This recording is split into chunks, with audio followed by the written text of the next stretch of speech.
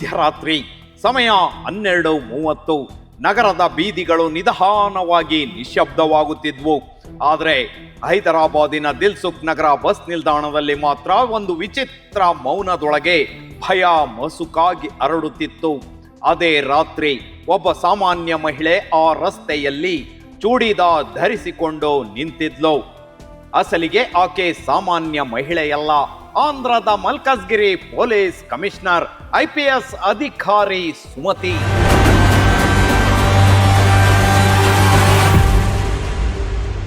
ಸಾಮಾನ್ಯ ಸಿವಿಲ್ ಡ್ರೆಸ್ನಲ್ಲಿ ಯಾವುದೇ ಭದ್ರತೆ ಇಲ್ಲದೆ ಒಬ್ಬರೇ ನಿಂತಿದ್ರು ಮಹಿಳಾ IPS ಅಧಿಕಾರಿ ಸುಮತಿ. ನೋಡೋಕೆ ತೆಳ್ಳಗೆ ಬೆಳ್ಳಗೆ ನಿಂತಿದ್ದ ಹುಡುಗಿಯನ್ನ ಪುಂಡರು ನೋಡಿಕೊಂಡು ಓಡಾಡುತ್ತಿದ್ರು. ಆದ್ರೆ ಆ ಪುಂಡರಿಗೆ ಇದೊಂದು ಅಂಡರ್ ಕವರ್ ಆಪರೇಷನ್ ಅನ್ನೋ ಸತ್ಯ ತಿಳಿದಿರಲಿಲ್ಲ. ಅಸಲಿಗೆ ದಿಲ್ಸುಖ್ ನಗರ ಬಸ್ ನಿಲ್ದಾಣ ಇತ್ತೀಚೆಗೆ ಮಹಿಳೆಯರ ಮೇಲೆ ದೌರ್ಜನ್ಯಗಳು ನಡೆಯುತ್ತಿವೆ ಅನ್ನೋ ದೂರುಗಳು ಠಾಣೆಗಳ ಬಾಗಿಲಿಗೆ ಬಂದಿದ್ವು. ನಗರದ ಭದ್ರತಾ ವ್ಯವಸ್ಥೆಯನ್ನೇ ಪ್ರಶ್ನಿಸುವಂತೆ ಮಾಡಿದ್ವು. ಮಹಿಳೆಯರು ಒಬ್ಬರೇ ಬಸ್ ನಿಲ್ದಾಣದಲ್ಲಿ ನಿಲ್ಲೋದಕ್ಕೂ ಭಯ ಪಡುವಂತಹ ವಾತಾವರಣ ಸೃಷ್ಟಿಯಾಗಿತ್ತು. ಆ ಭಯದ ಹಿಂದೆ ಅಡಗಿರೋ ಸತ್ಯವನ್ನ ಕಂಡುಕೊಳ್ಳೋಕೆ ಕಮಿಷನರ್ ಸುಮತಿ ಸ್ವತಃ ನಿರ್ಧರಿಸಿದ್ರು. ನಾನು ನೋಡ್ಬೇಕು, ನಿಜವಾಗಿಯೂ ಅಲ್ಲಿ ಏನಾಗ್ತಿದೆ ಅಂತ ನೋಡ್ಬೇಕು ಅಂತ ಸಿವಿಲ್ ಡ್ರೆಸ್ ನಲ್ಲಿ ಹೊರಟು ನಿಂತರು.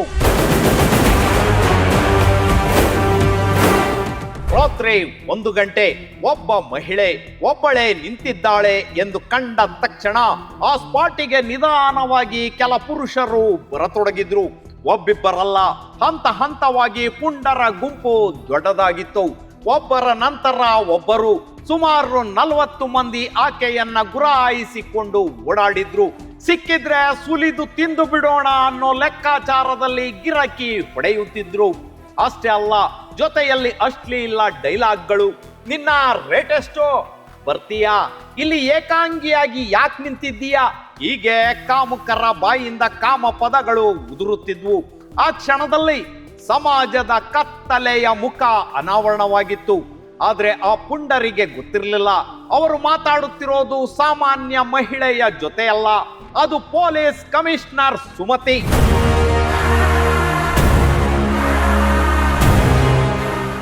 ಅವರ ಕಣ್ಣುಗಳು ಶಾಂತವಾಗಿದ್ವು, ಆದ್ರೆ ಒಳಗೆ ಒಂದು ದೊಡ್ಡ ಯೋಜನೆ ನಡೆಯುತ್ತಿತ್ತು. ಮತ್ತೆ ಕ್ಷಣಾರ್ಧದಲ್ಲೇ ಮಫ್ತಿಯಲ್ಲಿ ಅಡಗಿದ್ದ ಪೊಲೀಸ್ ತಂಡಗಳು ಆಕ್ಟಿವ್ ಆದ್ವು. ಸಿಗ್ನಲ್ ಕೊಟ್ಟ ತಕ್ಷಣ ಅಂಡರ್ ಕವರ್ ಆಪರೇಷನ್ ನ ಅಸಲಿ ಆಟ ಶುರುವಾಯಿತು. ನಿಲೆ ಪೊಲೀಸ್ ಎಂದಿದ್ದಷ್ಟೇ ಒಂದೇ ಕ್ಷಣದಲ್ಲಿ ಗೊಂದಲ, ಓಡಾಟ, ಅದೃಶ್ಯವಾಗಿದ್ದ ಭಯ ಈಗ ಕಿಡಿಗೇಡಿಗಳ ಮುಖದಲ್ಲಿ ಕಾಣಿಸುತ್ತಿತ್ತು. 40 ಜನರ ಪೈಕಿ ಹಲವರ ಕೊರಳ ಪಟ್ಟಿ ಹಿಡಿದುಕೊಂಡ್ರು. ಯಾರಿಗೂ ತಪ್ಪಿಸಿಕೊಳ್ಳೋಕೆ ಅವಕಾಶವಿಲ್ಲ. ಆ ನಂತರ ಬಯಲಾಗಿದ್ದು ಮತ್ತೊಂದು ಸತ್ಯ, ಅಲ್ಲಿ ಕಾಮುಕರಂತೆ ಅಡ್ಡಾಡುತ್ತಿದ್ದವರ ಪೈಕಿ ಅನೇಕರು ವಿದ್ಯಾರ್ಥಿಗಳು.